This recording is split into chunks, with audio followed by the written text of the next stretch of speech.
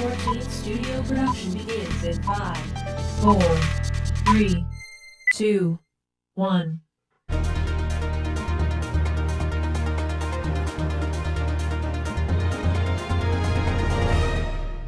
Welcome to Community Foundation Spotlight. I'm Spicer Bell. I'm the president of the Community Foundation of the Eastern Shore, and through this series of programs, we shine the spotlight on nonprofit organizations that are making a difference in our community. Today, my guest is Jim Rapp. Jim, welcome. Thanks for having me. Jim is the director of the Hazel Outdoor Discovery Center.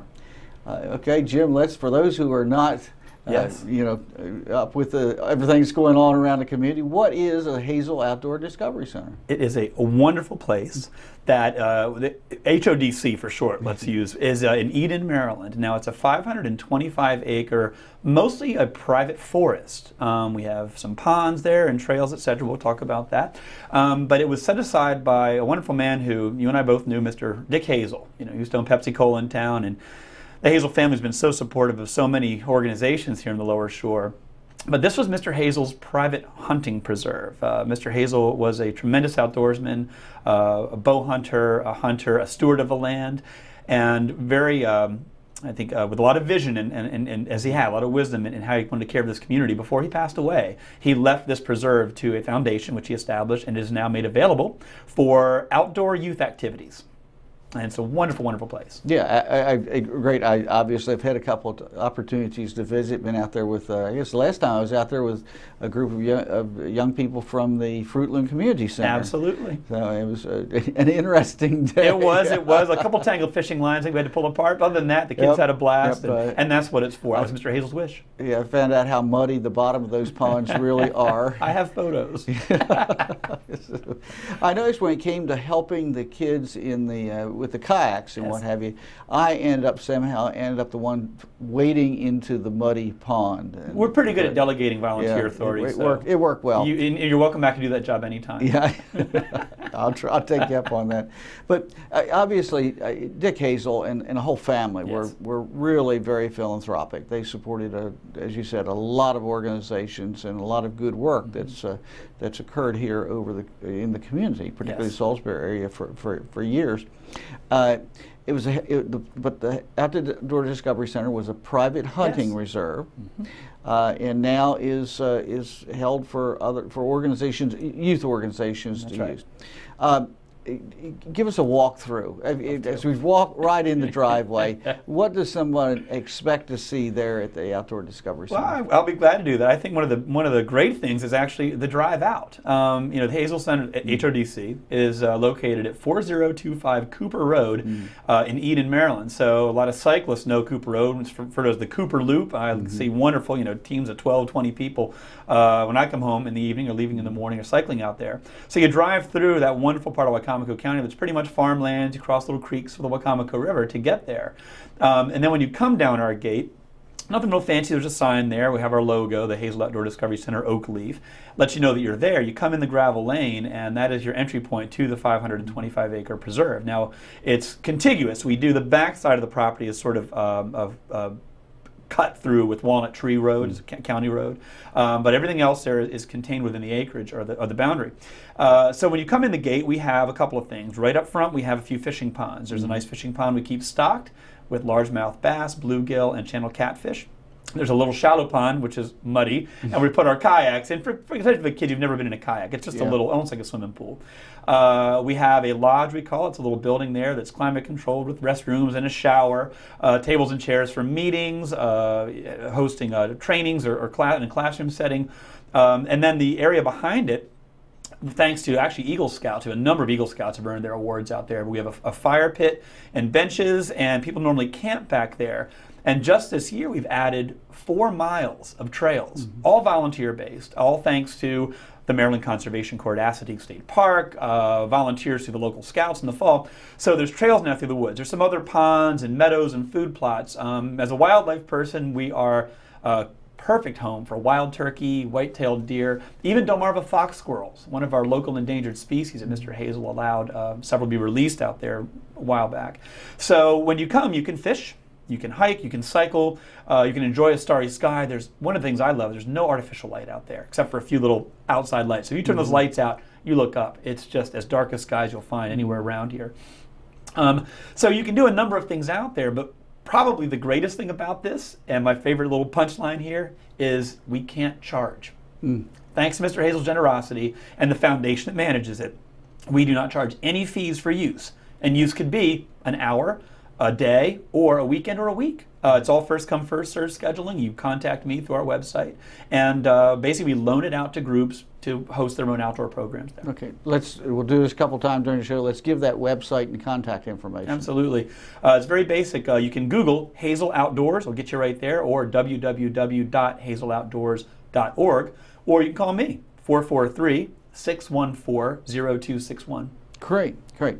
And it's available for scout groups, church groups, 4-H, you name it. You name it. School groups. If you're working with kids, it's available. Now, we're not like a county park. There's no daytime visitation. We don't have just kind of walk-up visitations, appointment only. I even understand you had a soccer team came out recently? We did. Our basic premise is, as I said, we don't allow just walk-ups or family camping at this point. It's youth organizations. So the traditional groups are scouts, churches. But I had a soccer coach call me and said, hey, I'd like to bring my soccer team out for kind of an end-of-the-season celebration. And they had a picnic and they fished and had a great time. So if you're working with children in any capacity, kind of organized, let me know, and we'll host you. And again, it costs nothing. That's great. It's amazing.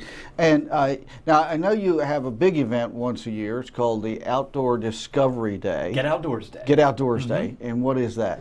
This is a day, part of the mission of our property out there, and what Mr. Hazel wanted was to connect kids to outdoors with outdoor experiences and actually promoting harmony through natural experiences. He's a big believer in that we're all equals here, and he wants the Hazel Outdoor Discovery Center to be a place where all people can meet and enjoy nature.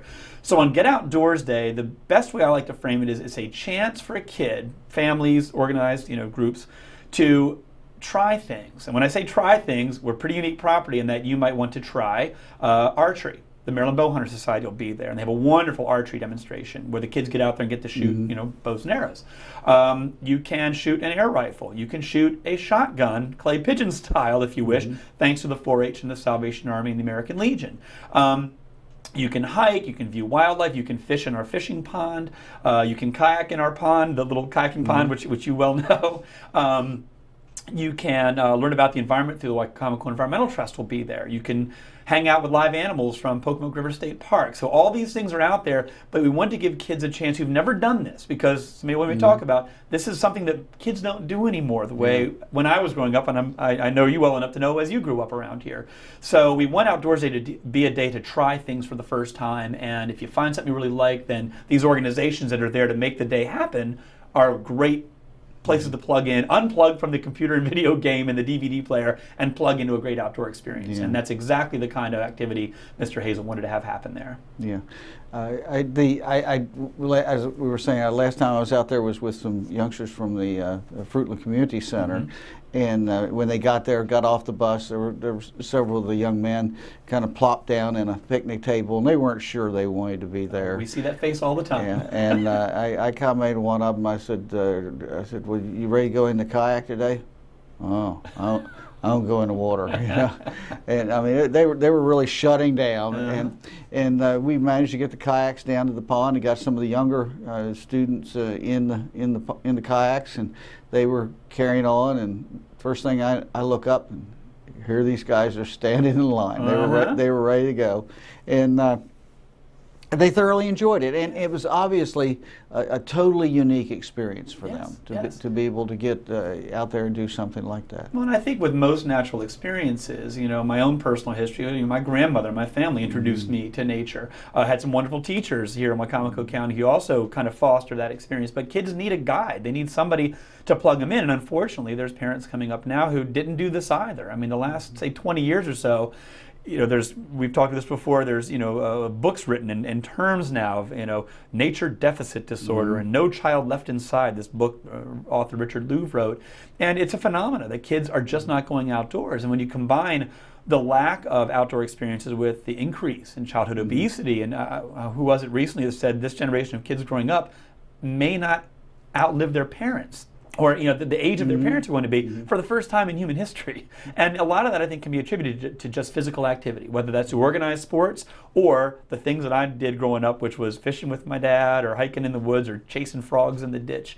And so we want the Hazel Outdoor Discovery Center to be a place to spark that and hope that it continues, because it's a wonderful thing. You and I both are outdoors people, and when that spark lights, it never stops. You'll do it for the rest of your life. I find it kind of tragic that most young people can name more brands of cereal than they can species of birds. Absolutely, absolutely. We see it all the time, and it's interesting to sit down with a bunch of kids and just ask them what they recognize. Show slides of brand logos they've seen on TV, and show them a picture of a monarch butterfly. I have no idea what it is. Yeah, it's kind of tragic. And one of the ways to get past that is get them away from the electronic devices. Right. And out there, I growing up, my mother used to tell me, get outside and blow the stink off. And you just didn't want it. You needed to not be hanging around the house too much. That's it. Same with my mother. I got on my bike in the morning. I was gone all day, back for dinner time, maybe out again later, and playing the stickball in the street. But and that's what's so much fun about the Hazel Center, seeing the kids as you described, that face when they get there, kind of like, where's my Game Boy? I can't get a wireless signal. And once that kind of fades out, and then they just are just making things up. You haven't installed Wi-Fi yet out there? I've resisted. we actually tried, it didn't work, but we may have to go. That is a helpful tool for instruction. But I think it is kind of nice to come out there and just enjoy a starry sky, enjoy the song of the frogs chorusing from the pond, Chuck Will's widows. I like birds singing at nighttime, wild turkeys gobbling in the morning. It's an experience that most folks, and we're not even in an area. We wouldn't call it urban. I mean, Salisbury's a city, and we're not far from Princess Anne and some other great towns in this area, but even kids that live down here in the shore don't have those experiences. It's not just inner city kids in Baltimore and Washington. We have kids right down here in the shore who go home, plug in, and don't leave the house until school starts Monday morning. Yeah. Now, you've had a number of recent projects going on out there at the Discovery Center. Tell us about some of them. Well, what we're doing, sort of our master plan for the property, really is to manage the land as a natural resource. We are abide by an easement with the Lower Shore Land Trust, another great organization. So we won't ever be building lots of things. There is some facility there and some structure. But thanks mostly, again, to volunteers and help from the Community Foundation of the Eastern Shore, we now have 4 miles of hiking trails that were all put in by, we called it the Lumberjack Days last October through the Scouts. And they cleared, oh my gosh, about 1.5 miles of trail. And then another great organization of volunteers, the Maryland Conservation Corps based at Assateague State Park, had come over this winter. And these young people are trained with chainsaws and safety equipment, and we just went right through. So I actually have a trail map now we're putting on our website shortly, and we have 4 miles of hiking, which is really great. Future projects, another one we just did, another Eagle Scout, Brendan Liffers, just put in a backcountry campsite. So you can camp at our main area up front, but if you want to hike in a mile or so in the woods, there's a nice little open area now and picnic benches and stuff. You can camp out under the trees, which is also very nice. So our plans for the property are mainly to manage it for the kids and for wildlife. We're doing some habitat enhancement projects as well. But our newest feature are the trails, and you can take a nice 4-mile walk now, which is wonderful, all contained within the 525 acres of the property. Now, if I remember you mentioning to me, you have some local bicycling groups that you're working with, and maybe open it to off-road bicycling. I've got mountain biking, which still makes us laugh down here. No mountains, but we're going to make mountains out there. Tiny ones. Another great organization, which I know has been talking with the Community Foundation, is the Eastern Shore International Mountain Biking Association. Our friends, they call it the ESIMBA, all these acronyms. But the board of the Hazel Foundation has approved a section of our trails to be modified for off-road biking, which I'm learning about. I took my nephew out to the trails down at the YMCA in Pocomoke, and it's a lot of fun. And it's not, there's levels to all this. Of course, in the mountains, these guys are rolling downhill at 60 miles an hour. We're not doing that, but we're going to create a trail that kids can come and maybe down the road try to get a few bikes for the property, maybe applying for a grant one day, so we can turn kids onto that, because it really is a lot of fun, not just to cycle on those beautiful country roads like Cooper Road where we're located, but these little hills you can make and turns and banks, and just it's a whole new experience in the outdoors we want to add. And that's a big goal of the property, is to diversify the outdoor activities that we allow there. You know, fishing, camping we have now, hiking now, but off-road cycling is one of our next ventures to get into. Well, I know that cycling group have in their long-range plans trying to get some used mountain bikes that can be reconditioned. They can make them available to introduce that sport to young people who aren't otherwise being exposed to it. One of the things I'd like to see us do, and we're going to be doing down the road, is back to the whole premise that not only do kids not do these things, but there also are some barriers to kids, especially kids who may not have access to buying bicycles or camping equipment. I know there's other organizations here in the shore that I think Habitat has like a tool rental program where if you don't own the tool, you can borrow it, like a library system. I'd love to see some kind of an outdoor recreation library where you can check some things out for camping at the Hazel property or elsewhere here in the shore. Could be a lot of fun and help kids, again, who don't have access to these experiences, help get them one step closer to these wonderfully enriching outdoor experiences. Now, are there opportunities for folks in the general community to support your work? There are. I mean, the best way to learn right now is to contact us through the website. We have a Facebook page like we all do now. It's just Hazel Outdoor Discovery Center. But we're very dependent on volunteers for the kind of trail work we do. We had a big trail day in March, trail work day, and you had about 40 or so people out there. We actually partnered also on that day with some of the local environmental groups, Nanticoke Watershed Alliance, Wicomico Environmental Trust, and Lower Shore Land Trust to do some native plantings around the fishing pond. So we don't have an active volunteer corps just specifically to the Hazel property as of yet. We're working on that. But if your group wants to do some community service out there, let me know. We've had a number of groups come out, from scouts to more civic clubs, let's say, come out there and help us with some of these projects too. And there's a long list. Okay. So, and again, they would contact you through the website or phone call. And yeah, and if I may, the website again is www.hazeloutdoors.org, or my phone number is 443-614-0261. What do you see as the long-term future for the property and the Outdoor Discovery Center? Personally, I think the board shares this vision that we are really encouraging and promoting Mr. Hazel's vision for the property, is to keep diversifying these outdoor experiences. I mean, there's, we've got some of the basics covered. I'd love to see more of these kind of in the woods camping experiences. There's sections of the property that we haven't gotten to yet with our trails. So to expand that, as an example, one corner of the property is this beautiful old beech forest. I mean, if you've ever seen an old beech tree, the trunks remind me of like an elephant's leg, this giant gray, kind of wrinkly looking structure. And there's some nice clearings out there. I'd love to have camping back there.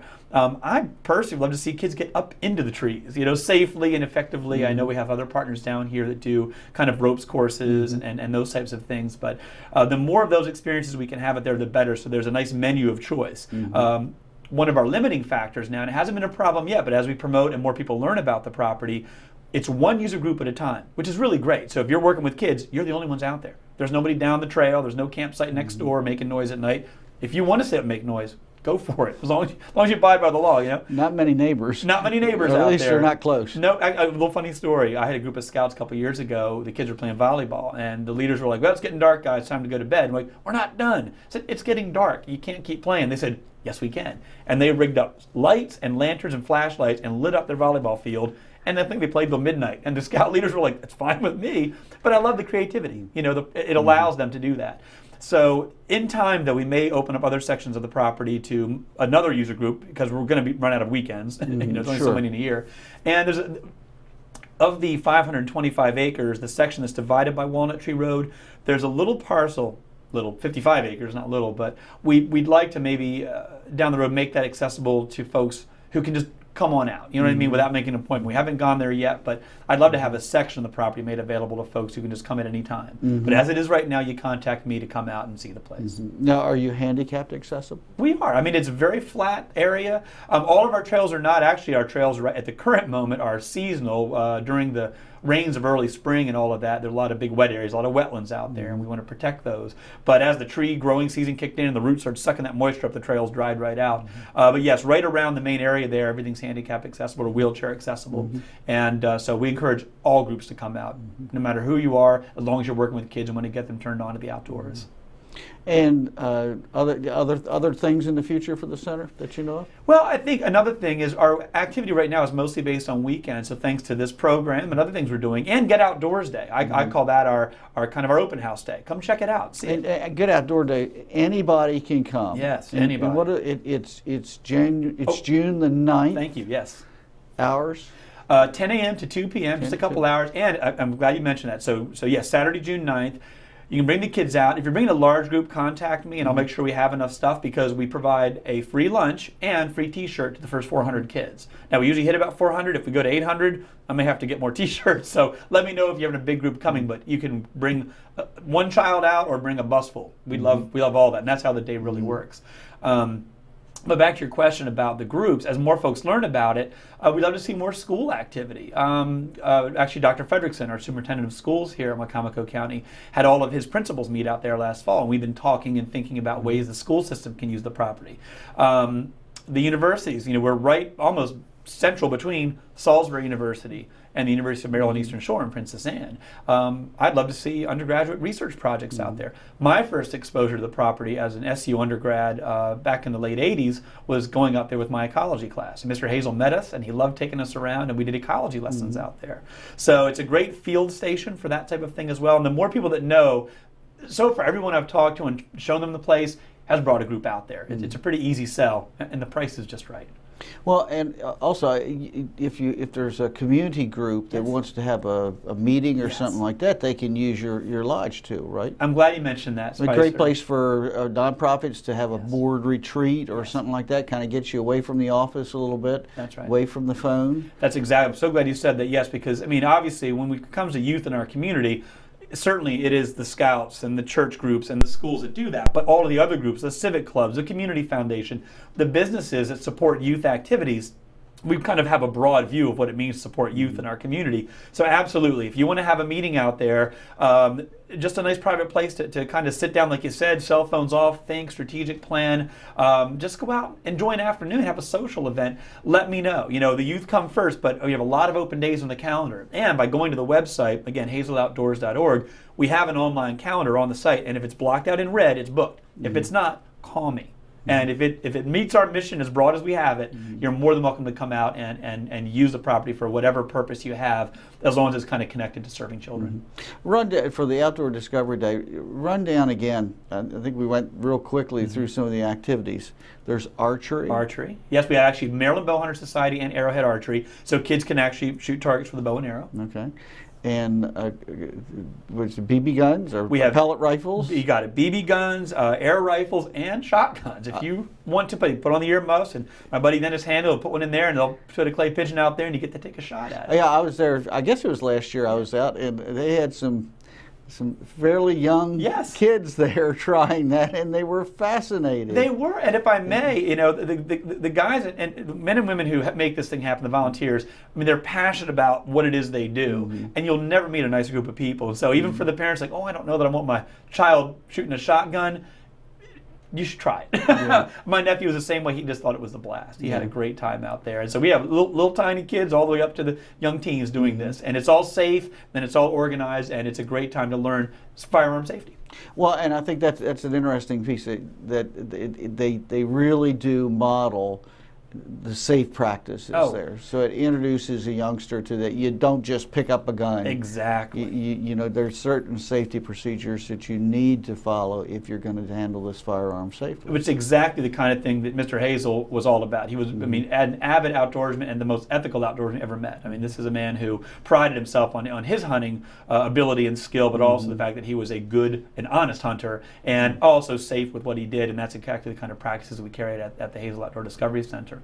So you go from the archery and the shooting in the back part, we call it the back part of the property, to fishing on the pond. We'll have fishing rods ready and worms for bait. And we don't have to bring your own fishing gear. Nope. You got to take turns. That's probably the hardest part of the day is you get hooked. All of a sudden you want to give that fishing rod up. So we kind of have to blow the whistle every so often to swap out fishing rods. We'll have plenty of bait, and the pond is stocked. Oh my goodness! I got some pictures on our Facebook page. There was one little girl last year. 5.5 pound bass. And fish was about half the size she was. So big grin in her face. Again, never held a fish fry in her life. Put that rod in the water, line in the water, came out with a beautiful fish. The kayaking on the pond there, first time there, and then there's lots of other activities around the lodge. Again, wildlife displays, wildlife watching displays. Healthy You will be there about healthy nutrition. And if I may, anybody who's seeing this before the program, June 9th, if you want to bring an organization out there for Get Outdoors Day, let me know. We would love to have more groups out there representing things that are good for kids, healthy lifestyles, and outdoor activities. Great opportunity to get yourself, get your youth group, get your family. That's it's right. not just groups. Get Outdoor Day, you can bring the kids and grandkids and get out there on June 9th from 10 to 2. 10 to 2. And I got to give it's a great experience. It is, and I got to give thanks to my co-partners out there organizing, my buddy Butch Malone and Dennis Hanley. Butch brings his tractor and a hayride, so not only can you walk and hike, but if you want to, you can jump on that hayride, and that's a lot of fun. The kids who haven't been in a hayride even hop on there, and he takes them back to the shooting displays and brings them right back. It's a really fun activity-based day with so much to do. By the end of it, if you do a little checklist of what you've done or what your kids done, they're going to get their first chance to do all these things they haven't before within a couple of hours out there. And it's rain or shine. Rain or shine. Rain or shine. Knock on wood, we've been lucky these past few years. But, just get outdoors. Yes. We need to get kids outdoors, and I mean, we live in an area that's rich in things that can be done outdoors, and too many kids are missing those opportunities. They are, and it goes back to our Eastern Shore traditions of hunting and fishing and in the outdoors, and kids need that. As we said earlier, kids need sometimes just a spark, a first time. In each of these groups, if you see your kid light up at the fishing, believe me, the folks that are into the fishing activities will help them sign up for their program. The shooting, the archery. I mean, and these groups know too. And this is as you and I both, appreciating the outdoors and conservation in this area, if we don't get kids turned on to these things young, when they grow up and are volunteering their time or donating money or spending time with their own families, they're not going to care about this. So we need to foster that next group of outdoors people. So we have a little mission behind this as well, and that's to continue to have a beautiful natural Eastern Shore. And we need the next generation to pick up where a lot of other folks have gone before them. Yeah, sure do, Jim. It's been great. My guest today is Jim Rapp, and we've been talking about the Hazel Outdoor Discovery Center in Eden. Wonderful resource for the community and for youth activities in the community. And I believe our friends here at PAC 14 have been showing some photos that you provided as backdrop to our conversation here, and hopefully we've picked some curiosity, and some folks are going to get in touch with you, bring their families or their groups out, and maybe volunteer to support some of your activities out there. They can come out and do trail maintenance, and an Outdoor Discovery Day, you need some adult volunteers to help. We do. We have to feed 400 to 500 kids, so we might put you on the grill or the s'more station by the fire pit. I mean, if you want to volunteer, please give us a call. Yeah, that s'more station gets a little messy sometimes. It does, but it's a good kind of messy. Yeah, you get these kids with these flaming marshmallows, and they turn to you and say, "Will you help me?" And the next thing you realize, the marshmallow is stuck if to you your come out, shirt. you look wonderful today, Spicer, but don't wear the sport coat. No sport coat. So, well, we've been talking about the Hazel Outdoor Discovery Center, and you're watching Community Foundation Spotlight here on PAC 14. And just another opportunity for you to be more aware of some of the nonprofit organizations that are doing a great job in our community. Jim, we really appreciate you joining us today. And thank you, and thanks Community Foundation for your past support and current support of the Hazel Outdoor Discovery Center. We really appreciate it. Our pleasure. Our pleasure.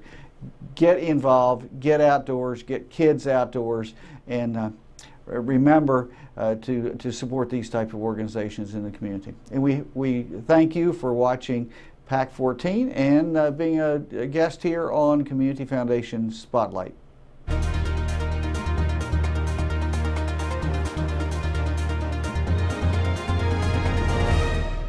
For those of you who are affiliated with nonprofit organizations in the community, I'm going to remind you to check that Community Foundation Spotlight. We've got some great training opportunities. We have an academy coming up that's focusing on training volunteers, and the volunteers who participate in the academy then will be eligible to apply for grants from the Community Foundation to implement their projects. If that whets your appetite, if you work with a nonprofit organization, you'd like to get something new going or work with your volunteers in a new way, check out our website or call Heather Towers, our Shorehand volunteer coordinator at the Community Foundation of the Eastern Shore. We'll look forward to hearing from you.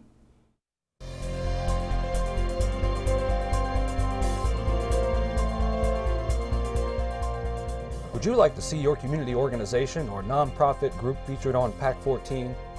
To get started, contact us at 410-677-5014 or visit our website at www.pac14.org. PAC 14 is a great way to connect with your community.